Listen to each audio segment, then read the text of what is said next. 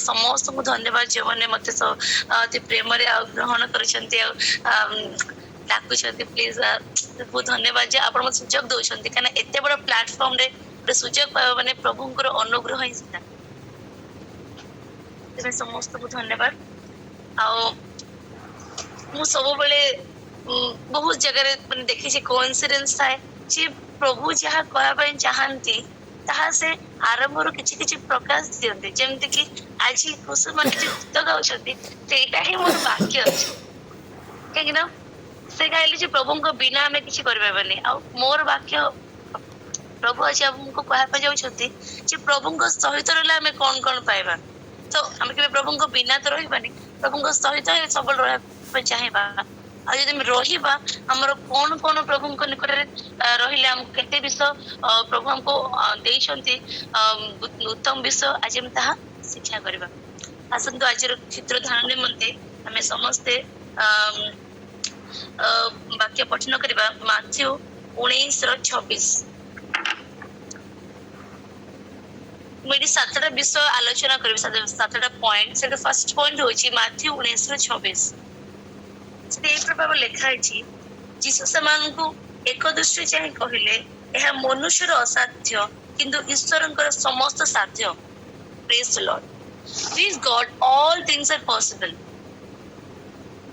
मु जेबे प्रभु को नुआ नुआ रे जानिली तो मोर प्रथम वाक्य मु एटा ही पढितली आ एटा मते बहुत के अलगा प्रकार लागितिला जेमति गोटे कोन लिखा है मनुष्यर असाध्य ईश्वरंकर समस्त साध्य आर मीनिंग कौन हेतिबो मु प्रथम रे किछि बुझी पार नथिले किंतु परवर्ती समय मु परे परे प्रभुंकर अनेक वाक्य सुनला पर प्रभु को विषय रहिला पर जानि परली जे हां को विषय रे आमे असाध्य माने आमे किछि करि न पारो आ सेरा गोटे अति चमत्कार प्रभु करंती आ सेते बेले हम जीवन रे हम सेटा समस्त देखिछु समस्तंकर साक्षर निश्चित भाव थिबो जे केमती असंभव समय रे भावुथवा किछि भी नाही एटा हबोनी समस्त कहथिबे डॉक्टर आरंभ करे समस्त कहथिबे नो से नो को यस रे परिणत करबार केवल केवल केवल पावर अछि परमेश्वर पाखरे आ जेबे हमें तांको पाखे रहिथिबा से प्रभुंका पाखे से पावर सब बड़ पय अछि किंतु से पावर को अनुभव करिया पय शक्ति बुद्धि ज्ञानटा आम पाखे थिबा दरकार अछि आ सेटा केते बड़ से ज्ञानटा आसीबो जेबे हम प्रभु को पाखरे थिबा प्रभु को सांगरे थिबा तांको सहित चालुथिबा तांको सहित हम जीवन को बितौथिबा तेबे जाके हमें सारा अनुभव कर पाइबा हां एटा जोटा भी होछि प्रभु मस्त अछंती आ मु से जिनसर असंभवटा मु संभव बुझी पारछि ए जोटे विषय लिखा अछि गोटे धनी युवा विषय रे आपण समस्त जानते मु पढ़िबिनी बस से धनी युवाटे जेबे से प्रभु को निकट को आसिला तार इच्छा थिला हां मु जीवी प्रभु से रहिबी तार निजर खुशी रे निजर तो इच्छा रे प्रभु को निकट को आसिला असे आसे पचार प्रभु मु केमते अनंत जीवन पाइबे मु कोन कोन करबी तार बहुत आग्रह अछि किछि जीवन रे प्रभु को बढ़िबा पई तेबे से आज के पचार छी जे प्रभु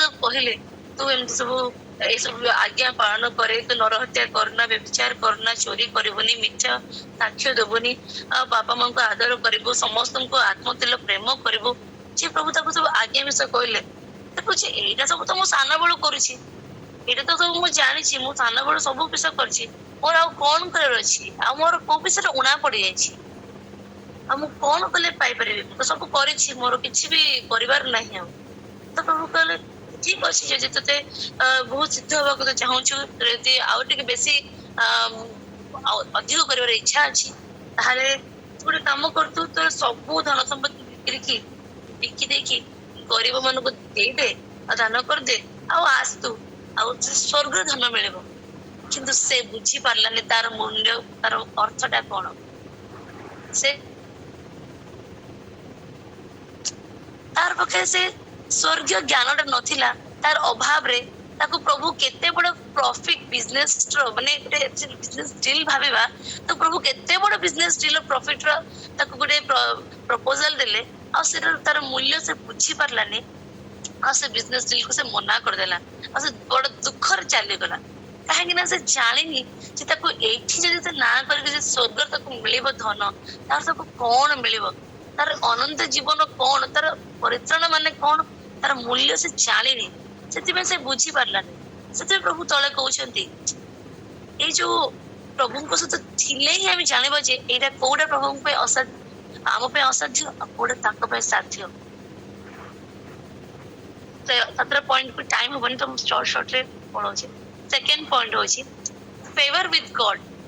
ଆମେ ପ୍ରଭୁଙ୍କର ଅନୁଗ୍ରହ ପାଇବା ଯାହାକି ସମସ୍ତ ଅନୁଗ୍ରହର ସର୍ବୋତ୍ତମ। ଆମେ ଦେଖିବା ଲୁକ ତାର 1:30 ଲେଖା ହେଇଛି, ଦୂତ ଆସିକି ମରିୟମକୁ କହୁଛନ୍ତି ଭୟ କର ନାହିଁ, କାରଣ ତୁମେ ଈଶ୍ୱରଙ୍କ ଛାମରେ ଅନୁଗ୍ରହ ପ୍ରାପ୍ତ ହୋଇଅଛ। ଫାଷ୍ଟ ବିଷୟ ଯଦି ଆମେ ପ୍ରଭୁଙ୍କ ସହିତ ଥିବା ତାହେଲେ ସମସ୍ତ ଅସମ୍ଭବ ବିଷୟ ଆମ ନିମନ୍ତେ ସାଧ୍ୟ ହବ, ତାହା ସମ୍ଭବ ହବ। ଯେମିତି ପାଉଲ ମଧ୍ୟ ଲେଖିଛନ୍ତି ଫିଲିପିଓ 4:13, ମୋର ଶକ୍ତିଦାତାଙ୍କ ସାହାଯ୍ୟରେ ମୁଁ ସମସ୍ତ କରିପାରିବି। ଆମେ ଆମ ନିଜରେ କିଛି କରିପାରିବାନି, ଆମେ ପ୍ରଭୁଙ୍କ ସାହାଯ୍ୟରେ ସବୁ କିଛି କରିପାରିବା। ଦ୍ୱିତୀୟରେ ଆମେ ଶିଖିବା ଯେ ଅନୁଗ୍ରହ, ଅନୁଗ୍ରହଟା ପ୍ରଭୁଙ୍କ ଠାରୁ ଆସେ।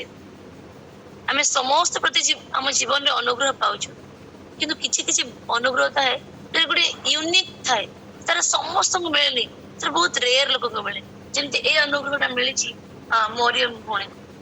ମରିୟମ ସେ ଗୋଟେ ସାଧାରଣ ଝିଅ, ସେ ଗୋଟେ କୁଆଁରୀ, ସେ ଜାଣନ୍ତି ଗୋଟେ କୁଆଁରୀ ଗର୍ଭରୁ ଜନ୍ମ ହେବା ଗୋଟେ କେତେ ବଡ ମିରାକଲ। ସାଇନ୍ସ ର ବାହାରେ କେବେ କୌଣସି ସାଇଣ୍ଟିଷ୍ଟ ରୁ ଆରମ୍ଭ କରି ଡକ୍ଟର, ସେ କେତେ ବଡ ପିଏଚଡି, କେତେ ବଡ ଡିଗ୍ରୀ ବି ଥାଉ, ସେ ଆମେରିକାର ଡକ୍ଟର ବି ପଛେ ହୁଅନ୍ତୁ, ତାকে ଭାବି ପାରିବେନି ସେଟା ୱିଦାଉଟ୍ ମେନ୍ ସପୋର୍ଟ କେବେ ବି ପସିବଲ ନାହିଁ। କିନ୍ତୁ ପ୍ରଭୁଙ୍କ ନିକଟରେ ସମ୍ଭବ, ତାଙ୍କ ନିକଟରେ କୌଣସି ବିଷୟ ଅସାଧ୍ୟ ନାହିଁ। ସେମିତି ଆମେ ମଧ୍ୟ ଆମ ଜୀବନରେ ଅନେକ ଅନୁଗ୍ରହ ପାଇଥିବା, ୟୁନିକ୍ ଅନୁଗ୍ରହ ପାଇଥିବା, ଯୋଉଟା କି ଆମେ ଆମେ ଚତୁଃପାର୍ଶ୍ୱ ଦେଖିଥିବା ଯେ ସମସ୍ତେ କହିଥିବେ ଏଇଟା ହବନି, ଏଇଟା ତୋର ନାହିଁ, ତୋର ସରିଲା, ତୋର ଲାଷ୍ଟ ଚାନ୍ସ, କିଛି ବି ନାହିଁ। ପ୍ରଭୁ ଆମକୁ ସୁଯୋଗ ଦେଇଥିବେ, ଆଉ ପ୍ରଭୁ ଆମକୁ ସେଥିରେ ଉଚ୍ଚରେ ଠିଆ ବି କରିଥିବେ। ମୋ ଜୀବନରେ ମଧ୍ୟ ହେଇଛି ଯେ ପ୍ରଭୁ ମତେ ଗୋଟେ ବହୁତ ଭଲ, ବହୁତ ବଡ ମୋର ଫାର୍ଷ୍ଟ ଅନୁଗ୍ରହ, ମାନେ ଅନେକ ବିଷୟ ଦେଇଥିବେ ଯେଟା ମୁଁ କେବେ ପ୍ରଭୁଙ୍କ ନଥିଲି ତ ମୁଁ ଜାଣିନି। ଯେବେ ମୁଁ ପ୍ରଭୁଙ୍କୁ ଜାଣିଲି 2014 ମସିହାରେ, ସେବେ ପ୍ରଭୁ ମତେ ଗୋଟେ ବହୁତ ବଡ ଅନୁଗ୍ରହ, ଯଦି ସେ ଅନୁଗ୍ରହ ପ୍ରଭୁ ମୋ ଜୀବନରେ ଆଣିନଥାନ୍ତେ ତାହେଲେ ମୁଁ ଆଜି ଏଇ ସ୍ଥାନରେ ନଥାନ୍ତି, ମୋର କ୍ୟାରିୟର ହିଁ କିଛି ନଥାନ୍ତା। ସେ ଅନୁଗ୍ରହ ହଉଛି ମୋର ସାକ୍ଷ୍ୟ ମୁଁ ଦେବା ପାଇଁ ଚାହେଁ। ଯେବେ ମୁଁ +2 ପାସ୍ କଲି, ମୁଁ 10th ରେ 82% ଆଣିଥିଲି, କିନ୍ତୁ +2 ରେ ଫ୍ୟାମିଲି ଡିଷ୍ଟର୍ବାନ୍ସ, କେବେ ବି ମାନେ କିଛି ନାହିଁ, ମାନେ କେବେ ବି ପଢିବା ପାଇଁ ସୁଯୋଗ, ମାନେ ଫ୍ୟାମିଲି ଡିଷ୍ଟର୍ବାନ୍ସ ଏନି ଟାଇମ୍। ତ ସେମିତିରେ ଆମେ ସାଇନ୍ସ ରେ ମାର୍କ ଆଣିବାଟା ବହୁତ କଷ୍ଟ ହେଲା, ଆଉ ମୁଁ ସେକେଣ୍ଡ ଡିଭିଜନ ପାସ୍ କଲି 58% ଆଣିଲି। 82 ଫାର୍ଷ୍ଟ କ୍ଲାସ ଥିଲାବେଳେ 10th +2 58। ଆଉ ମତେ ଆଉ ମୋ ବାବା କେବେ କିଛି ଦେଖନ୍ତିନି ଆମେ କଣ ପଢିବୁ କଣ ନାହିଁ, ତ ମତେ ଜଣା ବି ନାହିଁ ଯେ ମାନେ ସାନ ବେଳୁ ମା ଜଏନ କରିଦେଲେ, ଗୋଟେ କ୍ଲାସ ପ୍ରମୋସନ ସ୍କୁଲରେ ହିଁ ପଳେଇଲୁ। ସ୍କୁଲ ସରିଲା ପରେ ସେଇଠି ଆଗ +2 ଥିଲା, ସେଇଠି +2 କରିଦେଲୁ। ତାପରେ ଯାଇକି ଗୋଟେ ଫର୍ମ ପକାଯାଏ, ଗୋଟେ ସାଇଟ୍ ଥାଏ ସାମ୍ ସାଇଟ୍, ସେଇଠି ଯାଇକି ଫର୍ମ ପକେଇବ, ସେଇଠୁ ତମେ କଲେଜ ସିଲେକ୍ସନ। ଏଇ ବିଷୟ ମତେ କିଛି ଜଣା ନାହିଁ, ଆମ ଘରେ କିଏ ବି ପାଠ ପଢିନାହାନ୍ତି, କି କାହାର ବି କିଛି ଆଇଡିଆ ନାହିଁ, କି ମତେ ବି ଜଣା ନାହିଁ, କାହାର ଗାଇଡେନ୍ସ ବି ନାହିଁ। ତ ମୁଁ ଜାଣିନି, ମୋର ଗୋଟେ ସାଙ୍ଗ ସେ ମତେ ଫୋନ କଲା, ଆଉ କାମିନୀ ଆଜି ହଉଛି ଲାଷ୍ଟ ଡେଟ୍, ଆମକୁ ଫର୍ମ ଡିପୋଜିଟ କରିବାର ଅଛି, ନହେଲେ ନାଇଁ କି ଆମେ +3 ଆଡମିସନ ହବନି। ହଁ କି କୋଉଠି ଫର୍ମ ଡିପୋଜିଟ କରାଯାଏ? ନାଇଁ ସେତେବେଳେ ଆଗରୁ ଅନଲାଇନ ନଥିଲା, ସୁନାବଡା କଲେଜରେ ଯାଇକିନା ଡିପୋଜିଟ କରିବାକୁ ପଡୁଥିଲା। ଯୋଉ କଲେଜରେ ତମେ ଚାହଁ ସେଇଠି ଡିପୋଜିଟ କଲେ ଆସିବ କଣ। ମୁଁ କହିଲି କେମିତି ଯିବା, ଏଇଠୁ ଆମ ଘର ତ ଦାମନଯୋଡି, ମତେ କେମିତି ଯିବାର ଅଛି କଣ ମୁଁ ଜାଣିନି, ତ ତମ ଘର କିଏ କରିଦେବେ କି? ବୋଲି ହଁ ମୋ ଭାଇ କରିଦବ। ହଉ ଠିକ ଅଛି, ମୋର ପାଇଁ ହେଲେ ପକେଇ ଦେଇଥା। ହେଲେ ସେ ବି ସେକେଣ୍ଡ ଡିଭିଜନ ଆଣିଥିଲା ସେ ଝିଅ। ତାହେଲେ କୋଉଠି ପକେଇବା? ତ ସବୁ ବହୁତ ଭଲ ଭଲ କଲେଜ, ଯୋଉଟା କି ଆମେ ତ ବ୍ରହ୍ମପୁର, ତ ବ୍ରହ୍ମପୁରର ହିଁ ଭଲ ଭଲ କଲେଜ ହିଁ ପକେଇ ଦେଇଥିଲି। ମୁଁ ଜାଣିନି ଯେ ମୋର ପର୍ସେଣ୍ଟେଜ 58, ଆଉ ସାଇନ୍ସ ବିଏସସି ରେ କେବେ ସିଟ୍ ହିଁ ମିଳିବନି ଏତେ ଭଲ, ମାନେ ଏତେ କମ ପର୍ସେଣ୍ଟେଜ ରେ ଏତେ ଭଲ କଲେଜ। କିନ୍ତୁ ମୁଁ ମାତ୍ର 3ଟା କଲେଜ ହିଁ ପକେଇଛି, ଆଉ 3ଟା କହୁଛନ୍ତି ଗଞ୍ଜାମର ଫାର୍ଷ୍ଟ ସେକେଣ୍ଡ ଆଉ ଥାର୍ଡ କଲେଜ, ମାନେ ର୍ୟାଙ୍କରେ। ଆଉ ଆମକୁ ଜଣା ନାହିଁ, ଆମେ 2 ଜଣ ଫର୍ମ ପକେଇ ଦେଇଛୁ। ସେ ଫାର୍ଷ୍ଟ ସିଲେକ୍ସନ କଣ ଆସିଲା ସେଟା ବି ମୁଁ ଜାଣିନି। ସେ ମତେ ଫୋନ କରିନା କହିଲା ନାଇଁ ମୋ ନାଁ ଆସିନି, ତମେ ୱେଟ କର ସେକେଣ୍ଡ କୁ। ହଉ ଠିକ ଅଛି, सेकेंड कौन के से ही मत फोन कला सेकेंड भी आसी आम ना आसीनी किसी कॉलेज फोन तो आसीनी आम वेट कर थर्ड को थर्ड भी वेट करूँ थर्ड भी ना कौन करूँ तो थर्ड कॉलेज पकड़ी कार्ड कॉलेज से एक्चुअली मो बाबांकर आई घर आउ सब रिलेटिव मान भी अच्छा तो से पॉलिटिक्स तो भाविलु काले पचारे कि हम कि तो बाबा जन फोन कर पचारे एमती पकईचु कॉलेज रे किसी आसीनी आ कौन किसी देखियो कि तार ना आसो कि कॉलेज जाके ना देखा पड़ो सेरा स्पोर्ट सिलेक्शन ना थी से भी देखले स्पोर्ट सिलेक्शन नहीं तुम झील ना नहीं सरला कि हाँ सरला आ किसी ना स्पोर्ट सरला नहीं सरला आ किसी भी ना सब कॉलेज रो जॉइनिंग भी सरला एबे किसी भी नहीं ऑलरेडी हेगला हेते बेले जुलाई लास्ट ऑलमोस्ट जुलाई लास्ट अगस्त फर्स्ट वीक हे जाइतिला आ मु कोडी जॉइन भी हेनी आ किसी कॉलेज भी आसेनी आ कोडी ना भी बाहरलानी सेंति रहि गला तापरे समस्त मते चाहेरे लोक माने बजाजंती तो कोन किसी कॉलेज जीवनी कोड जॉइन हेबो कि तो मते पढिबो कि तो मते फील होइछ कोन फर्स्ट फर्स्ट मु जानो नथली परे परे टिके बॉर्डर फील होला रे कोन एंती गोटे पढिबो न कुछ मु गोटे वर्ष घर रहि जेबी हेले तो मु फेल होला समान हे गेली जे मु घर रहि गेली खाली मोर गोटे बहुत फील बहुत कांदेली और सेबे सेबे हमें नुआ रे प्रभु को जानिछु तापरे मो मां कहले जे तू प्रभु को विश्वास कर उठके प्रार्थना कर देखिबो तो कॉलेज हबो मु भाबिली जे हां एबे समस्त मना कले आंके गोटे कोन कहउचंती गोटे कोन प्रभु होचन तांके कर देबे मु एमती भाबिली सीरियसली मु बिलीव भी कॉलेज जे किछि हबो बोले तापरे दिने मु बुधवार प्रार्थना जाइथिलु सेते हमर आईडीएस अंकल कहले चर्च फेरला बेले आउ जो 10% जो सीट बढ़ी कॉलेज मानकरे वो न्यूज देखी आ तू भी देखी आ से कॉलेज रे थिबो तू पक्का हैला मु कहली हां आंके कोन देखचंदी मु विश्वास ही करनथली कार कथा मु से लोकन कथा को विश्वास करथली तापरे जेबे जाके फोन कलो से लोक मान कहले हां हम कॉलेज रे 10% सीट बढ़ी आज्ञा बोल कहली तते बेले मु से अंकल को कथा विश्वास करली तापरे मु कहली जदि से पास्टर को मोर बाहर ताले मु तांको रो प्रभु को विश्वास करबी प्रार्थना करबी आ मु देखिबा जदि तांग माने काले प्रभु किछि मो पय करबे कि मु तो तांको विश्वास करनी किंतु काले मो मां तो प्रार्थना करचंदी आ से अंकल माने प्रार्थना करचंदी देखिबा तांको मन प्रार्थना रे काले मु तो मोर मन रो किछि प्रार्थना करे एते किछि मागिनी काले प्रभु तांको द्वारा मते देबे बोली भाबे कि मु विश्वास टिके विश्वास करली आ प्रार्थना मध्य करली छोटे प्रार्थना भी करली अपन विश्वास करबे नहीं से कॉलेज रो फोन आसला आ तमे जेमति भी आसो 2 डेज पर जॉइनिंग अछि मु पूरा शॉक हे गेली जॉइनिंग अछि 2 डेज पर मते से third number rank college seat मिलला बीएससी पय और ऑनर्स ओके विश्वास करले जे प्रभु मोर पय जति मु से बीएससी जॉइन करनो हंती ताहले मु केबे खलीकोट रे एमएससी करबर न हंती आउ प्रभु मते बीएससी रे भी सबु बेले मु से कॉलेज रे टॉपर भी हेछि फर्स्ट क्लास डिस्टिंक्शन भी अछि आउ 85% जोटे मु 58 आनली प्लस 2 रे प्रभु डिग्री रे 85% दैछंदी प्लस अगेन प्रभु मते एमएससी रे भी जॉइन पे सहाय्य कले सेठी भी मते 85% दैछंदी चा जो मु बीएड करने बट बीएड न करे भी मूल्य मु जॉब पाई परछि आउ एटलीस्ट किछि ना किछि मो कैरियर को ग्रोथ करबा छी केवल प्रभु को से महान अनुग्रह जो से दिन सेटा केबे हिस्ट्री रिपीट हे नतला फर्स्ट टाइम समस्त करे जे ए वर्ष गोटे गवर्नमेंट कोन एमदी स्पोर्ट सिलेक्शन पोरे भी आउ थरे 10% सीट कॉलेज रे बॉडी की और से कॉलेज आगरो नॉर्मल कॉलेज थिला माने सेमेस्टर वाइज नथिला खाली इयरली एग्जाम थिला सर खाली कॉलेज थिला ऑटोनोमस नथिला तो जेबे मु जॉइन हली जो वर्ष हेले मो सांगवान समस्त कहले सेमान सब जॉइन छंदी बीडी कॉलेज आउ संबलपुर सब ऑटोनोमस कॉलेज रे मोर बेस्ट फ्रेंड्स माने ले मु ऑटोनोमस कॉलेज पढिबेन कि मु इयरली एग्जाम देबी मु टिके पढितले भलो ठंडा प्रभु बोली आउ दर प्रार्थना की तो से मु जॉइन होछि तर 5 डेज परे से नोटिस आसला जे आमो कॉलेज ऑटोनोमस रो नाम पाइछि बोली और प्रेज द लॉर्ड जे प्रभु मो सेमेस्टर मोर सांग माने जेमति पढिसंती मु भी सेमती मोर कोन से माने पोजीशन रे कि को माने को विषय मोर माने कम हेलन रेस्पेक्ट तांको आगरे जो थिबो नै से गुडे नॉर्मल कॉलेज पढिछि गुडे फीलिंग्स आसीबो से फीलिंग्स रे प्रभु बहुत उच्च रखले ते प्रभु को बहुत धन्यवाद आ से महान अनुग्रह जगो मते मु प्रभु रे बहुत बढी पारले केवल मोर फर्स्ट ସାକ୍ଷ୍ୟ ସେଟା ଥିଲା ଯୋଉଟା କି ମତେ ପ୍ରଭୁରେ ବଢିଆ ବହୁତ ସାହାଯ୍ୟ କରିଥିଲା। ଆଉ ମୋର ମଧ୍ୟ ଯେମିତି ଅନୁଗ୍ରହ ବେଷ୍ଟ ଅନୁଗ୍ରହ ପାଇଥିଲେ, ମୁଁ ବି ବିଶ୍ୱାସ କରେ ମୋ ଲାଇଫରେ ସେଟା ବେଷ୍ଟ ଅନୁଗ୍ରହ ଥିଲା। ତାପରେ ମତେ ପ୍ରଭୁ ମତେ ଆହୁରି ବେଷ୍ଟ ଦେଇଛନ୍ତି, ବହୁତ ବିଷୟରେ ପ୍ରଭୁ ବ୍ଲେସିଂ କରିଛନ୍ତି। କିନ୍ତୁ ସେଇଟା ଯଦି ମତେ ହେଇନଥାନ୍ତା ତାହେଲେ ମୁଁ ଏତେ ଆଗକୁ ଆସି ପାରିନଥାନ୍ତି।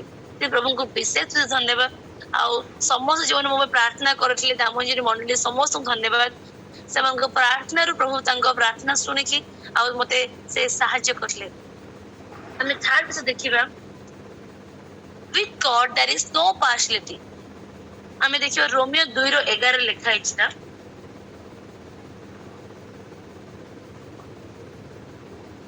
କାରଣ ଈଶ୍ୱରଙ୍କ ନିକଟରେ ମୁଖାପେକ୍ଷା ନାହିଁ। ପ୍ରଭୁ କେବେ ପକ୍ଷପାତ କରନ୍ତି ନାହିଁ, ସେ ସମସ୍ତଙ୍କୁ ଆଶୀର୍ବାଦ କରନ୍ତି।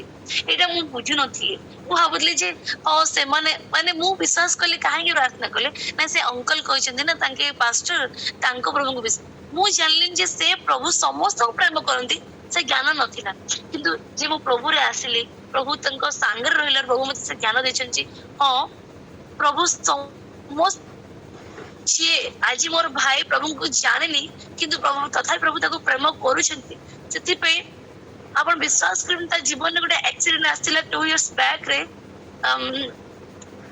କରୋନା ଜଷ୍ଟ ପରେ ପରେ ହିଁ ସେ ବାଇକ ଚଲାଉଥିଲା, ତାର ଗୋଟେ ପୁରୁଣା ବାଇକ ଚଲେଇବା ସମୟରେ କେମିତି ତାର ହ୍ୱିଲ ଫାଷ୍ଟ ଅର ସେକେଣ୍ଡ ହ୍ୱିଲ ମୋର ମନେ ପଡୁନି, ସେଟା ଲୁଜ ହେଲା ଆଉ ସେମାନେ ଗାଡିରୁ ପଡି ବି ଗଲେ। କିନ୍ତୁ କିଛି ବି ହେଇନି। ତା ସାଙ୍ଗ ଆସିଥିଲେ, ମେନ୍ ରୋଡରେ ପଡିଛନ୍ତି, କେଟବଜାରର NH ଯୋଉଟା କି ବ୍ରହ୍ମପୁର ଭୁବନେଶ୍ୱର ମାନେ ଭିତର କେଟବଜାର ମେନ୍ ଯିବାଟା ମାନେ ମେନ୍ ଛକରେ ପଡିଛନ୍ତି ତାଙ୍କେ। ସେଟା ଗୋଟେ 4 ଛକଟା, କିନ୍ତୁ ସେଇଠି ଏତେ ଟ୍ରାଫିକ, ସେଟା କେବେ ବି ଟ୍ରାଫିକ ସବୁବେଳେ ଫୁଲ ଥିବ। ସେଇଠି ପଡିଛନ୍ତି ରାତି 9ଟା ବେଳେ, କିନ୍ତୁ ତାଙ୍କୁ କିଛି ବି ଗୋଟେ ଆଘାତ ହେଇନି। ଆଉ ଏମିତି ଅନେକ ବିଷୟ ଅଛି। ମୋ ଭାଇ ବହୁତ ସ୍ପିଡରେ ଗାଡି ଚଲେ, ଆଉ ମୁଁ ସବୁବେଳେ ପ୍ରଭୁଙ୍କୁ ତା ପାଇଁ ପ୍ରାର୍ଥନା କରେ ଯେ ପ୍ରଭୁ ତୁମକୁ ଜାଣିନି, କିନ୍ତୁ ପ୍ରଭୁ ତାକୁ ସବୁବେଳେ ସୁରକ୍ଷା ଦେଇଛନ୍ତି। ଆଉ ମୁଁ ବିଶ୍ୱାସ କରୁଛି ଯେ ଯୋଉମାନେ ପ୍ରଭୁଙ୍କୁ ଜାଣିନାହାନ୍ତି, ପ୍ରଭୁ ସମସ୍ତଙ୍କୁ ଆଶୀର୍ବାଦ କରନ୍ତି। ଆଉ ଆମେ ସମସ୍ତେ ଆମେ ନିଶ୍ଚିତ ଭାବରେ ଆମର ଯୋଉମାନେ ପ୍ରଭୁଙ୍କୁ ଜାଣିନାହାନ୍ତି, ଆମର ସାହି ପଡୋଶୀ, ଆମର କଲିଗ୍ସ ମାନଙ୍କୁ, ମୋ ଫ୍ରେଣ୍ଡସ ମାନଙ୍କୁ ପ୍ରାର୍ଥନା ରଖୁଛନ୍ତି ନା, ସେଇ ପ୍ରାର୍ଥନା ତାଙ୍କ ପାଇଁ କେତେ ହେଲ୍ପଫୁଲ, ଯେମିତି ସେମାନେ ପ୍ରଭୁଙ୍କ ନିକଟକୁ ଆସିବେ ସେମାନେ ଫିଲ୍ କରିବେ। ଆଜି କିନ୍ତୁ ଆମେ ଅନୁଭବ କରିବା ଅଛି ଯେ ଆମେ ଯୋଉ ପ୍ରାର୍ଥନା କରୁଛନ୍ତି ଅନ୍ୟମାନଙ୍କ ପାଇଁ, କାହିଁକିନା ପ୍ରଭୁ ସବୁବେଳେ କୁହନ୍ତି ଅନ୍ୟମାନଙ୍କ ପାଇଁ ପ୍ରାର୍ଥନା କର, ଅନ୍ୟମାନଙ୍କୁ ନେଇ ସୁସମାଚାର ଦିଅ। ଆମେ ଯଦି ଗୋଟେ ନୂଆ ଲୋକକୁ ନେଇ ସୁସମାଚାର ଦେଇଛନ୍ତି, ତାପରେ ଆମେ ପ୍ରାର୍ଥନା ବି ରଖିବା। କାହିଁକିନା ପ୍ରଭୁ କେବେ ପକ୍ଷପାତ କରନ୍ତି ନାହିଁ। ସେଇ ଲୋକ ସେଦିନ ବୁଝିବ, ଯେମିତି ମୁଁ ପରେ ବୁଝିଥିଲି ଯେ ହଁ, ପ୍ରଭୁ କେବେ ପକ୍ଷପାତ କରନ୍ତିନି। ପ୍ରଭୁ ମତେ ପ୍ରେମ କରୁଥିଲେ, ମତେ ପ୍ରେମ କରୁଥିଲେ ବୋଲି ସେଦିନ ପ୍ରଭୁ ମତେ ସେ ଆଶୀର୍ବାଦ କରିଥିଲେ। ତାହା ମୁଁ ପ୍ରଭୁର ଆସିଲା ପରେ ବୁଝିପାରିଛି। ତାପରେ ଆମେ ଦେଖିବା 4 ନମ୍ବର ବିଷୟ ଅଛି, with God there is no unrighteousness। ପ୍ରଭୁଙ୍କ ନିକଟରେ କୌଣସି ଅଧର୍ମ ନାହିଁ, ସାର୍ବଭୌମତ୍ୱ ଅଧିକାର ତାଙ୍କର ଅଟେ। ସେ ସର୍ବଦା ଠିକ ଆଉ ସଠିକ କାର୍ଯ୍ୟ କରନ୍ତି। ଆପଣ ସମସ୍ତେ ଜାଣନ୍ତି ଯେ ପ୍ରଭୁ ଯେବେ ଡିସିସନ ମାନେ ପ୍ରଭୁ ଯାହା ଜୀବନରେ ଏବେ ବାକ୍ୟରେ ଅନେକ ଆମେ ବାଇବେଲରେ ଦେଖିଅଛୁ, ଅନେକ ମାନଙ୍କ ଜୀବନରେ ପ୍ରଭୁ ଅନେକ ଡିସିସନ ନେଇଛନ୍ତି, ସବୁବେଳେ ଠିକ ଡିସିସନ ନେଇଛନ୍ତି। ଫାର ନିକଟରୁ ତାଙ୍କେ ଲକ୍ଷ ଲକ୍ଷ ଲୋକଙ୍କୁ ଆଢେଇ ଆଣିଲେ। ସେ ଲୋକମାନେ ଭାବୁଥିଲେ ଏଇଟା ବୋଧେ ତାଙ୍କର ଭୁଲ ଡିସିସନ ଥିଲା, ଆମେ ଆସିକି ନଦୀରେ ଠିଆ ହେଇଛୁ, ଏ ଲାଲ ସମୁଦ୍ର ତ ପାର ହବନି, ଆମେ କେମିତି ଯିବୁ, ଆମେ ମରିଯିବୁ। ତାଙ୍କେ ଜାଣି ପାରୁନାହାନ୍ତି କଣ ହବ। କିନ୍ତୁ ମୋସା ସେ ପ୍ରଭୁଙ୍କୁ ଡାକିଥିଲେ, ସେ କହିଲେ ତୁମେ ଚୁପ ରୁହ, ପ୍ରଭୁ କହିଛନ୍ତି ମାନେ ପ୍ରଭୁ କରିବେ। ଆଉ 2 ଭାଗ ହେଲା, କି ଭାବି ପାରିବେ ଗୋଟେ ସମୁଦ୍ର 2 ଭାଗ ସ୍ଥଳ ଭାଗ ହେଇଯିବ, ଆଉ ସାଇଡରେ ଜଳ ଥିବ। ଲୋକମାନେ ମାନେ ଭାବିବା ଗୋଟେ ଅସାଧ୍ୟ ବିଷୟ। କେବେ କୋଉ ମୁଭିରେ ବି କୋଉ ଡାଇରେକ୍ଟର ଚାହିଁଲେ ବି ଏ ପ୍ରକାର ସିନ୍ କ୍ରିଏଟ କରିପାରିବନି। ଏଟା ଗୋଟେ ମାନେ ଅନଇମାଜିନେବଲ ସିନ୍ ଗୋଟେ, ଯୋଉଟା କି ଏ ସିନ୍ ଟା ମୁଁ ଯେବେ ଭାବେ ମୋର ରୋମ ଟାଣି ଉଠିଛି।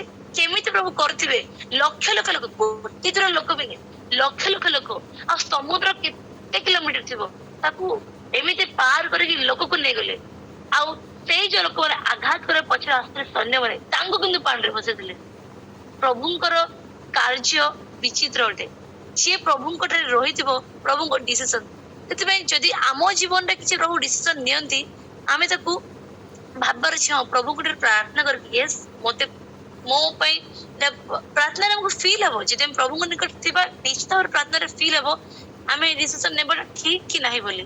ମୁଁ ସବୁବେଳେ ଫିଲ୍ କରିଛି ଯଦି ମତେ କିଛି ନେବା ପାଇଁ ବହୁତ ବଡ ଡିସିସନ ଥିବ ମୁଁ ଫାଷ୍ଟିଂ ରଖି ପ୍ରାର୍ଥନା ପ୍ରଭୁରେ ନିକଟରେ ପ୍ରାର୍ଥନା କରିଛି ଆଉ ସେ ଡିସିସନ ଠିକ କି ନାହିଁ ପ୍ରଭୁ ମତେ ବାକ୍ୟ ମାଧ୍ୟମରେ ହଉ କାହାର ସାକ୍ଷ୍ୟ ମାଧ୍ୟମରେ କୌଣସି ମାଧ୍ୟମରେ ମତେ ଜଣେଇଛନ୍ତି ସେ ବିଷୟଟା ମତେ କରିବା ଆବଶ୍ୟକ କି ନାହିଁ।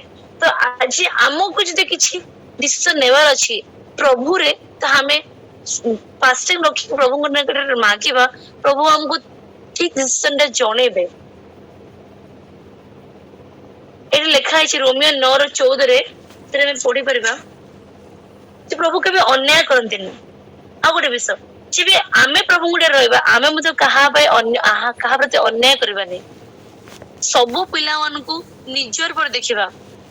ଏବେ ଫ୍ୟାମିଲି ରହିଲା ବେଳେ ସେଇଟା ମାନେ ମୋର ନେଫ୍ୟୁ ଏଇଟା ମୋ ଏମିତି ନାହିଁ ସମସ୍ତଙ୍କୁ ନିଜର ସମସ୍ତଙ୍କୁ ଇକ୍ୱାଲ ଦେଖିବାର ଅଛି। ଚର୍ଚ୍ଚରେ ସବୁ ପିଲାମାନଙ୍କୁ ଇକ୍ୱାଲ ଦେଖିବାର ସବୁ ଲୋକମାନଙ୍କୁ ଇକ୍ୱାଲ ଦେଖିବାର ଅଛି। ନାଇଁ ମୁଁ ଗୋଟେ ଧନୀ ଲୋକ ଆସିଛି ସେ ଗୋଟେ ସେମିତି ନାଇଁ ସବୁ ପ୍ରକାର ଇକ୍ୱାଲ ଦେଖିବାର ଅଛି କାହିଁକିନା ଆମ ପରମେଶ୍ୱର ସମସ୍ତଙ୍କୁ ନ୍ୟାୟ ବିଚାର କରନ୍ତି ସମସ୍ତଙ୍କୁ ଇକ୍ୱାଲ ଦେଖନ୍ତି କେବେ କାହାର ପକ୍ଷପାତ କରନ୍ତିନି। ଆମେ ମଧ୍ୟ ତାଙ୍କଠୁ ଏଇଟା ଶିଖିବା ଆଉ ଆମେ ମଧ୍ୟ ସମସ୍ତଙ୍କୁ ମୁଖାପେକ୍ଷା ନ କରିକି ସମସ୍ତଙ୍କୁ ଇକ୍ୱାଲି ଦେଖିବା ସମାନରେ ଦେଖିବା ଆଉ ସମସ୍ତଙ୍କୁ ଆତ୍ମତୁଲ୍ୟ ପ୍ରେମ କରିବା। 5 ନମ୍ବର ପଏଣ୍ଟ ହଉଛି with God the absolute wise man's wisdom and must be foolishness।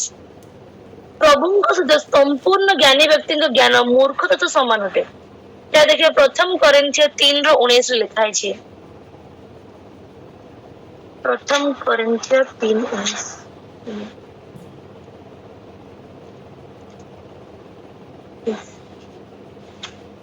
କାରଣ ଏହି ଜଗତର ଜ୍ଞାନ ଈଶ୍ୱରଙ୍କ ନିକଟରେ ମୂର୍ଖତା। ଯେଉଁ ଲେଖା ଅଛି ସେ ଜ୍ଞାନୀ ମାନଙ୍କୁ ସେମାନଙ୍କର ଧୂର୍ତ୍ତତାରେ ଧରନ୍ତି। ଆମେ ଯୋଉ ବି ଜ୍ଞାନ ପାଉଅଛୁ ତାହା ପ୍ରଭୁଙ୍କଠାରେ ରହିବା ଆବଶ୍ୟକ। ଜଗତ ଆମକୁ କେବେ ବି ଠିକ ଜ୍ଞାନ ଦବନି। ଜଗତ ଆମକୁ କେବେ ବି ଠିକ ବିଷୟ ଦବନି।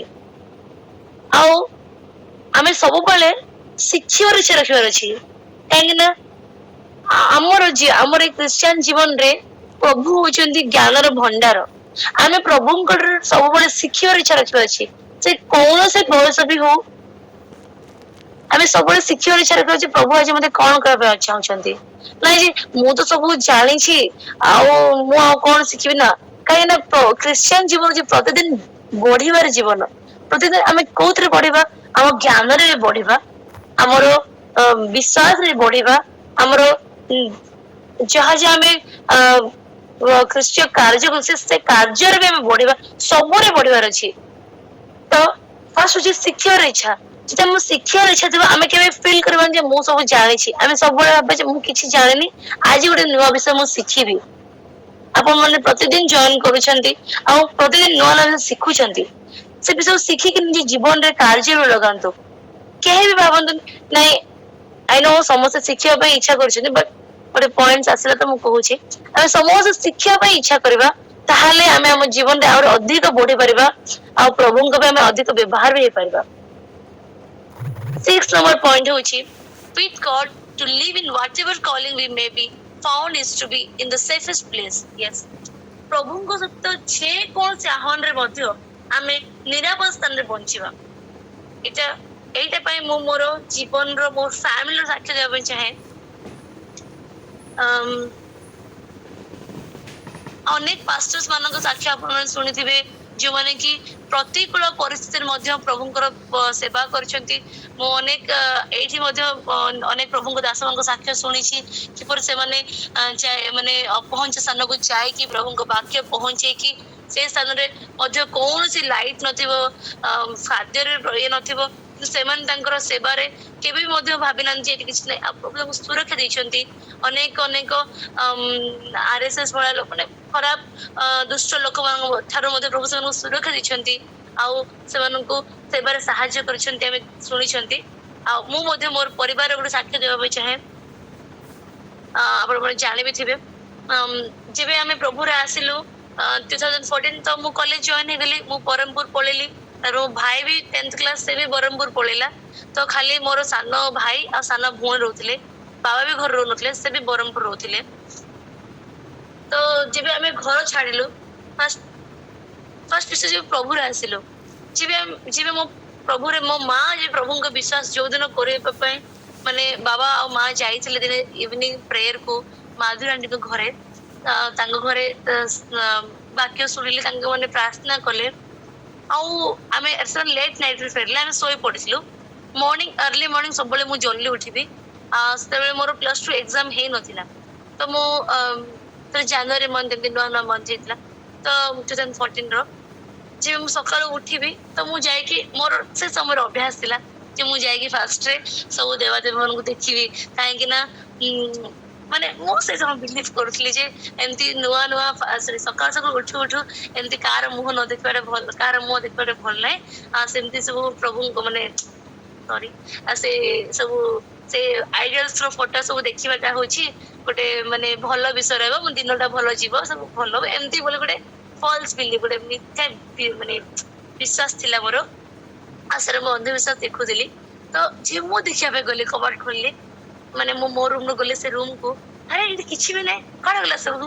ମୁଁ ସକ୍ ହେଇଗଲି, କାଲି ରାତିରେ ଶୋଇଲା ବେଳେ ଥିଲା, ସକାଳେ ଉଠିଲା କିଛି ବି ନାହିଁ, କଣ ଗଲା। ମୁଁ ଏତେ ରାଗିଗଲି, ଏବେ କଣ ହବ ଯଦି ଆମ କବାଟ ଖୋଲିବେ, ମୋ ଦାଦା ଦେଖିବେ, ଘରେ ଝଗଡା ହବ, କେତେ କଣ ହବ। ମୋ ମା ହିଁ ଏସବୁ କରିଥିବେ। ମୁଁ ତାଙ୍କୁ ବହୁତ ରାଗିଲି, ତାଙ୍କୁ ଉଠିଲି, ଏସବୁ କୁଆଡେ ଗଲା, କଣ ହେଲା। ମୁଁ ସକାଳୁ ସକାଳୁ ତାଙ୍କୁ ପଚାରିଲି। ସେ କହିଲେ କଣ ତୋର କଣ ଦରକାର ଅଛି କହ। ତାପରେ ମୁଁ ବେଶୀ ତ ଆର୍ଗୁମେଣ୍ଟ କରିବିନି, +2 ତାପରେ ଚୁପ ହେଇଗଲେ। କଣ ମୁଁ ଡରୁଥିଲି ଖାଲି ଯେ ଘରେ ଝଗଡା ହବ, କଣ ହବ, ମାରପିଟ ହବ, ଆମ କକା ଭଲ ନୁହନ୍ତି, ମାନେ ମୁଁ ସେ ଝଗଡା ପାଇଁ ଡରୁଥିଲି, ମାରପିଟକୁ ଡରୁଥିଲି। ତାପରେ ତା ପରବର୍ତ୍ତୀ ଜୀବନ ଯେ ମୁଁ ପ୍ରଭୁରେ ଆସିଲି, ଆମେ ସେଟା ଘରୁ କାଢି ଦେଇଛୁ ବୋଲି, ଶୈତାନ ଆମ ଘରୁ ପଳେଇଛି ବୋଲି ସେ ବାହାରେ ଠିଆ ହେଇ ଜଗିଛି ଆମକୁ ଆଟାକ କରିବା ପାଇଁ, ସେ ଜଗି ବି ଥିଲା। ତ ଦିନେ ଟାଇମ ଆସିଲା ଯେବେ ଆମ ଘରେ କିଏ ବି ନଥିଲେ, ମୋ ମା ଶୋଇଥିଲେ ଖରାବେଳେ, ଭାଇ, ସାନ ଭାଇ, ଭଉଣୀ ଥିଲେ। ହଠାତ୍ ମୋ ଦାଦା ଆସିଲେ, ଆଉ ମାନେ ମନ ଇଚ୍ଛା ମାଙ୍କୁ, ଭାଇକୁ, ଭଉଣୀକୁ ସମସ୍ତଙ୍କୁ ମାରିବା ପାଇଁ ଲାଗିଲେ। ଆଉ ତମମାନେ ଖ୍ରୀଷ୍ଟିଆନ ହେଲ, ଆମର ଇଜ୍ଜତ ନାହିଁ, ବହୁତ ବିଷୟ ଗାଳି ଗୁଲଜ କରିକି ମାରିବା ପାଇଁ ଲାଗିଲେ। ଆଉ ଇଭେନ ପେଟ୍ରୋଲ ବି ଆଣିଲେ, କିରୋସିନ ଆଣିଲେ, ଆଉ ଆଣିକି ତମକୁ ଜାଳିଦେବି, ତମକୁ ପୋଡିଦେବି, ଦରକାର ନାହିଁ ରହିବା କିଛି ବି। ଆଉ ବହୁତ ବିଷୟ କହିବା ପାଇଁ ଲାଗିଲେ। ଏମାନେ ତାଙ୍କୁ କିଛି ରିକ୍ୱେଷ୍ଟ କରୁନାହାନ୍ତି ଯେ କାହିଁକି କରୁଛ କଣ, ଆଉ କିଛି ବି ରିପ୍ଲାଏ ଦେଇନାହାନ୍ତି। ଓକେ, ମା କହିଲେ ଜୀବନରେ ଥରେ ହିଁ ମରିବି, ଯଦି ତମ ହାତରେ ମରିଯିବି ମରିଯିବି, କିଛି ବଡ କଥା ନାହିଁ। ମୁଁ ଥୋଡି ନା ଜଗତରେ ସବୁଦିନ ବଞ୍ଚିକି ରହିବି, ଆମେ ଦିନେ ଦିନେ ଥରେ ମରିଥାନ୍ତୁ, ଆଜି ମରିଯିବୁ, କଣ ହେଲା। ତ ସେ ବିଲକୁଲ ବି ଡରୁ ନାହାନ୍ତି। କିନ୍ତୁ ଆମେ କାହାକୁ ବି ସାହାଯ୍ୟ ମାଗି ଯାଇନୁ। କିନ୍ତୁ ଯେମିତି ସାମ୍ସରେ ଲେଖା ହେଇଛି ସଂହିତାରେ ଯେ ପ୍ରଭୁ ତାଙ୍କର ଦୂତ ଦେଇକି ଛାଉଣି କରି ତୁମକୁ ଉଦ୍ଧାର କରିବେ। ସତରେ ପରମେଶ୍ୱର କୁଆଡୁ ସାହି ଲୋକ, ମାନେ ସାହିରୁ ବି ଅନ୍ୟ ଲୋକ, ସେ ମାନେ ମାର୍କେଟ ଲୋକ ବି ଆସିକି ନା ତୋର କଣ ଆବଶ୍ୟକ ଅଛି, ସେଟା ତୋ ଘର କି, ତୁ ତ ଖାଇବା ଦଉଛୁ ନା କଣ କରୁଛୁ, ତାଙ୍କେ ଝଡ଼ ଲାଗିଲେ, ତାଙ୍କେ ଆମ ପାଇଁ ଲଢିକି, ତାଙ୍କେ ସେମାନେ ମନା କଲେ, ଆଉ ତାଙ୍କେ ଚୁପ ରେ ପଳେଇଲେ। ତାଙ୍କେ ଯେ ମୋ ମାଙ୍କୁ ମାରି ଆସିଥିଲେ, ତାଙ୍କେ ୱେଡନେସଡେ ମାରିଛନ୍ତି, ତ ନେକ୍ସଟ ୱେଡନେସଡେ ସେଇ ମାସର ନେକ୍ସଟ ସପ୍ତାହ ବୁଧବାରରେ ତାଙ୍କୁ ଲୋକମାନେ କୁଆଡେ ଯାଇଥିଲେ ଗୋଟେ ଜାଗାରେ ନବରଙ୍ଗପୁର, ତାଙ୍କୁ ଲୋକମାନେ ଏମିତି ମାରିଥିଲେ, ତାଙ୍କେ 3 days ହସ୍ପିଟାଲାଇଜ ହେଇଥିଲେ। ଆଉ ତାହା ପରଠୁ ତାଙ୍କେ ମୋ ମାଙ୍କୁ କେବେ ହାତ ବି ଉଠେଇ ନାହାନ୍ତି। ଲାଷ୍ଟ ଟୁ ଇୟର୍ସ ବ୍ୟାକ୍ 2022 ରେ ଏପ୍ରିଲ ମାସରେ, ମେ ମାସରେ ସେଦିନ ଆମ ଘରେ ବହୁତ ବଡ ଝଗଡା ହେଲା। ଝଗଡା ମୁଁ ବି ଥିଲି ସେତେବେଳେ। ଝଗଡା ମାନେ ସେମାନେ ସେଦିନ ତାଙ୍କୁ ଭାବିଥିଲେ ଯେ କିଛି ନା କିଛି ଗୋଟେ ନିଷ୍ପତ୍ତି କରିବେ ବୋଲି, ସେଦିନ ବି ଆଉ ଥରେ ଆସିଲେ। ମୋର ଯେତେ ପିଉସା ଅଛନ୍ତି, କକା ଦାଦା, ସବୁ ଫ୍ୟାମିଲି, ମାନେ ଗୋଟେ 15 ଜଣ ଲୋକ ଆସିକି ଷ୍ଟାର୍ଟ କଲେ। ମର୍ଣ୍ଣିଂ ସେଦିନ ଫ୍ରାଇଡେ ଫାଷ୍ଟିଂ ପ୍ରେୟର ମୋ ମମିଙ୍କର, ତାଙ୍କୁ ପ୍ରାର୍ଥନା ଯିବାର 10ଟା ବେଳେ। ଶୈତାନ ଚାହିଁବନି କେବେ ଯେ ମୋ ମମି ପ୍ରାର୍ଥନା ଯାଆନ୍ତୁ, କିନ୍ତୁ ମୋ ମମି କେବେ ହାରିବା ଲୋକ ନୁହନ୍ତି। ପ୍ରଭୁଙ୍କ ଠାରେ ତାଙ୍କେ ସବୁବେଳେ, ତାଙ୍କେ ଆମ ଘରର ଗୋଟେ ଦୃଢ ଦମ୍ଭ, ଗୋଟେ ଦୁର୍ଗ ଭଳିଆ। ଆଉ ସେ ଜଗିଛନ୍ତି, ଟିକେ ସୁଯୋଗ ମିଳିଲେ ମୁଁ ପ୍ରାର୍ଥନା ପଳେଇବି, ବାସ୍ ଗୋଟେ ମିନିଟ ଖାଲି ଦରକାର, ଜଣେ ଘରକୁ ପଳେଇଲେ ମୁଁ ବାହାରେ ପଳେଇବି। ଆଉ ପ୍ରଭୁ ସୁଯୋଗ ବି ଦେଲେ। ସେତେବେଳେ ସକାଳୁ ଆରମ୍ଭ ହେଲା, 8ଟା ବେଳେ ଝଗଡା ଝଗଡା ଝଗଡା। ତାପରେ ତାଙ୍କେ କଣ କହୁଛନ୍ତି, ଇଭିନ ତାଙ୍କେ ଆସିକି ମୋର ହାତ ଗୋଡ ଯୋଡୁଛନ୍ତି। ଆଟଲିଷ୍ଟ ତାଙ୍କେ କହିଲେ ହଉ ଠିକ ଅଛି, ତମ ମା ବାବା ମାନେ ତ ବୟସ ହେଲାଣି, ତାଙ୍କୁ ଛାଡି ଦିଅ, ତୁମମାନେ ପିଲାମାନେ ଆଟଲିଷ୍ଟ ତମମାନେ ଆସିଯାଅ, ତମମାନେ ଟିକେ କାଲି ଶନିବାର ଅଛି, କାଲି ଯାଅ ମୁଣ୍ଡ ଧୋଇକି ସେ ମନ୍ଦିରରେ ଯାଇକି ଟିକେ ନଡିଆ ବାଡି ଦିଅ, ତମେ ଠିକ ହେଇଯିବ, ଏଇଟା କରିଦବ ସେଟା ବହୁତ ବିଷୟ କହିଲେ, ଆହୁରି ବହୁତ ବିଷୟ ମାନେ ଝଡା ଝାଟି କଲେ। କିନ୍ତୁ ସେ ମୋର ବି ହାତ ଗୋଡ ଯୋଡିଲେ, ମୋ ଦାଦା ଆସିକି ମୋ ଗୋଡ ଧରିଛନ୍ତି, କହୁଛନ୍ତି ତତେ ମୁଁ ରିକ୍ୱେଷ୍ଟ କରୁଛି କାମିନି, ତୁ ମୋର ଝିଅ ଭଳିଆ, ତୁ ଏମିତି ଡିସିସନ ନେ ନା, ତୁ ଏମିତି ହେଇଯାଇଥାନ୍ତା। ତାପରେ ମୁଁ କହିଲି ଯେ ସେ ମତେ ଗୋଟେ ପ୍ରଶ୍ନ ପଚାରିଲେ, ତମକୁ ଗୋଟେ କଣ ମିଳୁଛି ଯେ ତମମାନେ ଏ ପ୍ରଭୁଙ୍କୁ ଇଏ ହଉଛ? ଆମେ ସେଠି କହିଥିଲୁ ଆମକୁ ଶାନ୍ତି ମିଳୁଛି, ମୁଁ ଆମ ସାନ ଭାଇ ଥିଲୁ, ଆମେ କହିଥିଲୁ ଆମକୁ ଶାନ୍ତି ମିଳୁଛି। ତମକୁ କଣ ଶାନ୍ତି ମିଳୁଛି? ଆମେ କହିଲୁ ଯେ ଆମକୁ ଅନନ୍ତ ଜୀବନ ମିଳିବ, ଆମକୁ ପରିତ୍ରାଣ ମିଳିବ, ଏଇ ଜଗତରେ ରହିକି ଆମକୁ କିଛି ମିଳିବନି। ତୁମେ ଏବେ କହୁଛ ତୁମେ ଏଇଠିକି ଆସିଲେ ଆମେ ତୁମକୁ ପଇସା କ୍ଷମା କରିଦବୁ, ମାନେ ପଇସା ଦରକାର ନାହିଁ ଏଇଟା କହୁଛ, କିନ୍ତୁ ଯେ ପ୍ରଭୁଙ୍କଠାରେ ଥିବୁ, ଆମେ ଆମର ପରବର୍ତ୍ତୀ ଜୀବନରେ ଆମେ କଣ କହୁ, ଆମେ ସେଥିପାଇଁ ଧନ ସଞ୍ଚୟ କରୁଛୁ। ତାଙ୍କେ ସେଟା ବୁଝିପାରିବେନି ନା, ତାଙ୍କେ ବୁଝିଲେ ହେ ତମେ କଣ କରୁଛ, ତମକୁ କିଏ ଶିଖେଇଲା, ବହୁତ ବିଷୟ ହେଲା। କିନ୍ତୁ ପ୍ରଭୁ ସୁଯୋଗ ଦେଲେ, ମୋ ମା ପ୍ରାର୍ଥନା ବି ଗଲେ, ଆସିଲେ, ଆମର ଇଭିନିଂ ଗୋଟେ ଚର୍ଚ୍ଚ ଫଙ୍କସନ ଥିଲା, ସେ ଚର୍ଚ୍ଚ ଫଙ୍କସନ ବି ଆମେ ଗଲୁ। କୋଉଥିରେ ସୈତାନ ଆମକୁ ରଖି ପାରିଲାନି, କିନ୍ତୁ ସେ ତା ଲାଙ୍ଗୁଡ ହଲେଇଲା, କାହିଁକି ନା ମା ତାଙ୍କ ଘରୁ ବାହାର କରିଛ ନା, ସେ ବାହାରେ ଠିଆ ହେଇକି ହଲଉଛି, କିନ୍ତୁ କିଛି କରିପାରିବନି, କାହିଁକି ନା ପରମେଶ୍ୱର ତାଙ୍କୁ ଦୂତ ଦେଇକି ଆମ ପରିବାରକୁ ନିରାପଦ ସ୍ଥାନ ରଖିଲା ଭଳିଆ, ଗୋଟେ ଦୀପ ଯେମିତି ସୁରକ୍ଷିତ ଥାଏ, ଗୋଟେ ଆଇଲାଣ୍ଡ ଯେମିତି ସୁରକ୍ଷିତ ଥିବା ତାର ସୈନ୍ୟ ଦ୍ୱାରା, ସେଭଳିଆ ଆମର ସେ ଘର, ସେ ସେ ଜାଗାରେ ସବୁ ହିନ୍ଦୁ ଲୋକମାନଙ୍କ ଭିତରେ ଗୋଟେ ଘର ପ୍ରଭୁ ସୁରକ୍ଷା ଦେଇଛନ୍ତି, ଏମିତି ନିରାପଦ ରଖିଛନ୍ତି। ସେ ଘର ଭିତରେ ଥିବ କିଏ କିଛି କରିବେନି, ସେ ବାହାରେ ବାହାରିବ, ଆମେ ଯୁଆଡେ ବି ଯିବୁ ଆମକୁ କିଏ କିଛି କରିବେନି, କହୁଥିବେ ସାଇଡରେ କହୁଥିବେ, ସେ କେତେ କହୁଥାନ୍ତୁ, କିନ୍ତୁ ଆମକୁ ମାନେ ତାଙ୍କେ ବାଡେଇବା ପାଇଁ ହାତ ଦେଖୁଛନ୍ତି, କିନ୍ତୁ ବାଡେଇ ପାରୁନାହାନ୍ତି।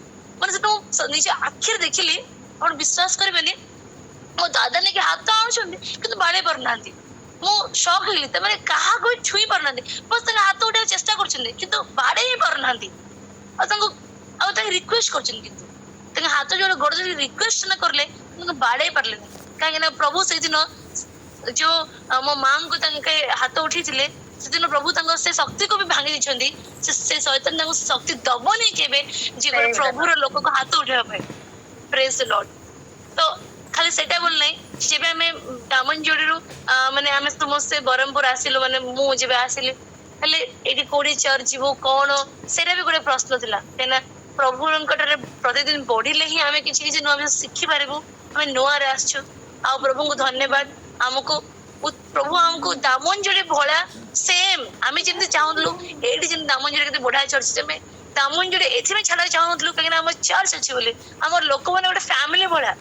ମୁଁ କେବେ ବି ଫିଲ୍ କରିନି, ଇଭେନ ମୋ ବାହାଘରରେ ବି ମୋର ଖାଲି ମୋ ମାଉସୀ ଜଣେ ଆସିଥିଲେ, ତା ଛଡା ମୋର ସମସ୍ତେ ମୋର ପ୍ରଭୁଙ୍କ ଲୋକ, ଆଉ ଏଇଟା ହିଁ ଚାହୁଁଥିଲି, ଆଉ ପ୍ରଭୁ ମତେ ସେଇଟା ହିଁ କରେଇଲେ। ସେମିତି ମୋର ଯେବେ ଆମେ ଦାମନଯୋଡିରେ ଥିଲୁ, ଆମେ ପ୍ରଭୁଙ୍କର ଲୋକଙ୍କର ଫେଲୋସିପ ପାଉଥିଲୁ, ଗୋଟେ ପରିବାର ଭଳିଆ ଆମେ ତାଙ୍କ ଘରେ ଭିଜିଟ କରୁଥିଲୁ, ପ୍ରାର୍ଥନା କରୁଥିଲୁ, ବଢୁଥିଲୁ। ଆଉ ଉତ୍ତମ ପ୍ରଭୁ ପାଳକୁ ବି ଦେଇଥିଲେ, ଦାମନଯୋଡି ସୁନା ଅଙ୍କଲ, କେତେ ସୁନ୍ଦର ଆମେ ବଢୁଥିଲୁ। ତ ସେ ଭାବିଲୁ ବ୍ରହ୍ମପୁର କୋଉଠି ଯିବୁ, କେତେଟା ଚର୍ଚ୍ଚ ଆମେ ଯାଇଛୁ, ଟ୍ରାଏ କରିଛୁ, ବଟ୍ କୋଉଠି ବି ଆମକୁ ଖୁସି ଲାଗିନି। ତାପରେ ଭାବିଲୁ କଣ ଯିବୁ, ତାପରେ ସୁନା ଅଙ୍କଲ କହିଲେ ଆଉ ଗୋଟେ ଅଛି ଚର୍ଚ୍ଚ ଯାଅ, ପଥରା ବୋଲି। ଆଉ ଯେବେ ଆମେ ସେଇଠି ଗଲୁ, ପ୍ରଭୁଙ୍କୁ ସେ ସମାନ ଫିଲିଙ୍ଗସ ଦେଲେ। କୁସୁମ ଆଣ୍ଟି ସେ ବି ଆମକୁ କେତେ ପ୍ରେମ କରନ୍ତି, ମା ଭଳି। ଆଶିଷ ଅଙ୍କଲ ବାପାଙ୍କ ଭଳି କେତେ ପ୍ରେମ କରନ୍ତି, ଆପଣ ସମସ୍ତେ ଦେଖିଛନ୍ତି ମୋ ବାହାଘରରେ, ସେ ଆମକୁ କେତେ ନିଜର ଫ୍ୟାମିଲି ଭଳି। ଆଉ ମୋର ସେ ଚର୍ଚ୍ଚର ସବୁ ଲୋକମାନେ, ସେମାନେ ବି ସେଇ ଭଳିଆ ମତେ ନିଜ ଭଉଣୀ ଭଳି, ମୋ ପରିବାରକୁ ନିଜ ପରିବାର ଭଳି ଗ୍ରହଣ କରିଛନ୍ତି। ଆଉ ସବୁବେଳେ ସେମାନେ ଆମ ସପକ୍ଷରେ ଠିଆ ହେଇଛନ୍ତି, ଆମକୁ ସାହାଯ୍ୟ କରିଛନ୍ତି, ଆଉ ଆମକୁ ପ୍ରାର୍ଥନା କରିଛନ୍ତି। ତ ଆଜି ମୋର କହିବା ପଏଣ୍ଟ ହଉଛି ଏଇଟା, ଯେବେ ଆମେ ପ୍ରଭୁଙ୍କର ଆହ୍ୱାନରେ ଥରେ ନିଜକୁ, ହଁ ପ୍ରଭୁ ମତେ ଆହ୍ୱାନ କରିଛନ୍ତି, ଆମେ ନିଜେ ଦୃଢ ହେଇକି ଟିକେ ପ୍ରଭୁଙ୍କ ପାଇଁ ଟିକେ ଠିଆ ହେଇଯିବା, ତାହେଲେ ଯୋଉ ଆହ୍ୱାନରେ ପ୍ରଭୁ ଆମକୁ ଡାକିଛନ୍ତି ନା, ସବୁବେଳେ ସୁରକ୍ଷିତ ସ୍ଥାନ ରଖିବେ। ଯାହା ଆମର ଇଚ୍ଛା, ଆମକୁ ବାକ୍ୟରେ ବଢିବାର ଅଛି, ଉତ୍ତମ ଚର୍ଚ୍ଚ ଦେବେ, ଆମକୁ ପରିବାର ଆବଶ୍ୟକ ଅଛି, ଉତ୍ତମ ମଣ୍ଡଳୀ ଦେବେ, ସବୁ ବିଷୟ ପ୍ରଭୁ ଆମକୁ ଯୋଗେଇବେ, କୋଉଥିରେ ଅଭାବ କରିବେନି। ଏଠି ଯୋଉମାନେ କି ନୂଆ ବିଶ୍ୱାସ ଥିବେ, ତାଙ୍କର ଉତ୍ସାହ ନିମନ୍ତେ କହିବା ପାଇଁ ଚାହେଁ, କେବେ ଭାବନ୍ତୁନି ଯେ ମୋ ପରିବାର, ମୋ ଭାଇ କି ମୋ ବାପା କି ମୋ ମା ନାହାନ୍ତି। ଆମର ଏ ମଣ୍ଡଳୀ ଆମ ପାଇଁ ମା ବାପାଠାରୁ କେତେ ଅଧିକ, ତାହା ମୁଁ ମୋ ଜୀବନରେ ଫିଲ୍ କରିଛି। ମୋର ମା ବାପା ମାନେ ବାପା ଥାଇକି ମଧ୍ୟ मोर बाहागर जेतिक कार्य मोर मन लोक मैंने करछंती सेतिक मो बापा करि ही पार नहांते तार अधिक करछंती। Praise the Lord. समस्त को धन्यवाद देबे चाहे मोर पीढ़ी तक मन लोक मान को जो माने मोते मो परिवार को सब बेले प्रेम करछंती आ हम पय निरंतर प्रार्थना करिकी आज हम जो पोजीशन रे अछु मो भौणी आज जहाँ भी करुछि आशीष अंकल को गाइडेंस रे से पठेले से कॉलेज को जीवा पय पढ़े पय ते मो मां को पछारले तमे भौणी गोटे पिला को दबो कि प्रभु को पय मो मां ये सी कहले भाबिलेन जे से झियो कि से पुओ कि कोन देबे ये सी कहले आउ मां कर से यस आउ आशीष अंकल कर से प्रयास रो प्रभु ताको केते उन्नत करले आपण मन जानते केते सुंदर भाबरे आपण मन कर प्रार्थना रे आज से भलो स्थान रे पहुंची परला। इवन मो भाई मध्य से भलो स्कोर करि परला से मध्य उत्तम रो अछि आमे ताको छाडे के कोरापट रे पळे आसलो कि से मंद अभ्यास को जे मंद लोक से मिसी जायनी कि खराब हेनी भलो ही अछि काहे ना प्रभु जो आह्वान जन को डाकी थिबे ना प्रभु तंग आह्वान केबे भूलंतिनी प्रभु जानते जे मु ए परिवार को काहेंगे डाकी छी आ ये से परिवार से लोकटी से विषय स्थिर थिबो प्रभु ताको सब विषय रे उन्नति देबे निरापद रखी तार सब विषय रे साध्य करबे काहे ना प्रभु को निकट रे कोन से विषय असाध्य नै समस्त विषय प्रभु निकट साध्य अनेक साक्ष्य अछि किंतु कहा पे समय नै और लास्ट विषय 7th पॉइंट होछि with God to suffer wrongfully when we are right is to be well pleasing to him एटा मु जीवन रे फील करछि। प्रथम पिता 2020 रे लिखा है छिरा देखंतु हम दुनिया केबे भी जगत यीशु को चिन्हि परलनी तांको प्रेम करि परलनी तांको सम्मान दे परलनी से तांकर मूल्य बुझि परलनी से आम मूल्य मत केबे बुझि परबनी जे जगत निकट आमे गोटे भूल लोक होई परंती किंतु जदि हमें प्रभु को पय ठिया हबा प्रभु हम पय केते खुशी हे जा हो से लोक को न जाय कि से जानला जे एटा भूल करूछि आ मु ठीक अछि मु तार पे उचित निष्पत्ति नै पारे बोले से मोर पे आसिला से मते बाछिला बोले प्रभु केते खुशी हेबे। एटे लास्ट पॉइंट रो माने भी मो साथी तो जड़ित अछि जे आमे जिते बेले प्रभु को बाछिलु प्रभु जानले जे हां तांके सेही लोकन को ना करके मते हां करछंती ता अर्थ त प्रभु खुशी छंती आ प्रभु खुशी छंती बोल तांकर खुशीर स्वरूप आज हम जीवन रे प्रभु केते अनुग्रह दिछंती मु फील करूची आ आपण मन को जीवन रे मध्ये प्रभु निश्चित भाବରେ देइछंती आपण माने मध्ये फील करथिबे। मु आउथरे समराइज करा चाहे 17 पॉइंट। फर्स्ट पॉइंट होची प्रभु को निकट रे कोनोस भी असाध्य नहीं जदि हम प्रभु को थिबा आम जीवन रे मध्ये सब विषय साध्य हबो। सेकंड विषय होची प्रभुंकर अनुग्रह होची सर्वोत्तम हमको किए कोड हेल्प कर दबो तार फेवर रे इंपोर्टेंट नहीं प्रभु जो अनुग्रह देते से अनुग्रह होची अनंत काल से अनुग्रह। थर्ड विषय होची प्रभु के पक्षपात करंती नहीं आमे मध्ये प्रभु को सतर के आमे मध्ये काहा को पक्षपात करबानी। फोर्थ पॉइंट होची प्रभु केबे अन्याय विचार करंती नहीं सब न्याय विचार करते ठीक विचार करंती आमे मध्ये समस्त को पई ठीक विषय विचार करबा। फिफ्थ विषय होची आमे सब बळे प्रभु कोटरे रही कि और अधिक इच्छा शिक्षार इच्छा रखिबा। सिक्स्थ नंबर विषय होची प्रभु तुमको हमन को जो आह्वान डाकिचंती से आह्वान स्थिर रहबा प्रभु हमको हमरो निरूपित स्थान रे पहुंचेबे हम दौड़ को हम बंद करबा नहीं हम दौड़ को हम जारी रखिबा तो हमरो दौड़ रे शेषटा कोडी प्रभु जानती प्रभु सेठी हमको पुरस्कार देबे। सप्तम विषय होची जगत हमको चिन्हू कि न चिन्हू प्रभु को पई ठिया हबा आउ प्रभु को पई ठिया ले हमें प्रभु को खुशी करबा हमें प्रभु को कोन दे परबा से हम प्रभु खुशी कर परले ना सेटा होची बहुत बड़ विषय। हम प्रभु किछि दे परबानी तम प्रशंसा गौरव दे परबा तम खुशी करबा ते हम सब बड़ प्रभु को प्रशंसा गौरव दे खुशी करबा। मो विश्वास करे हमें समस्त आज से 7 विषय शिक्षा करियो प्रभु ए छोट साक्ष्य वाक्य रे हम समस्त को आशीर्वाद करंतु आमेन।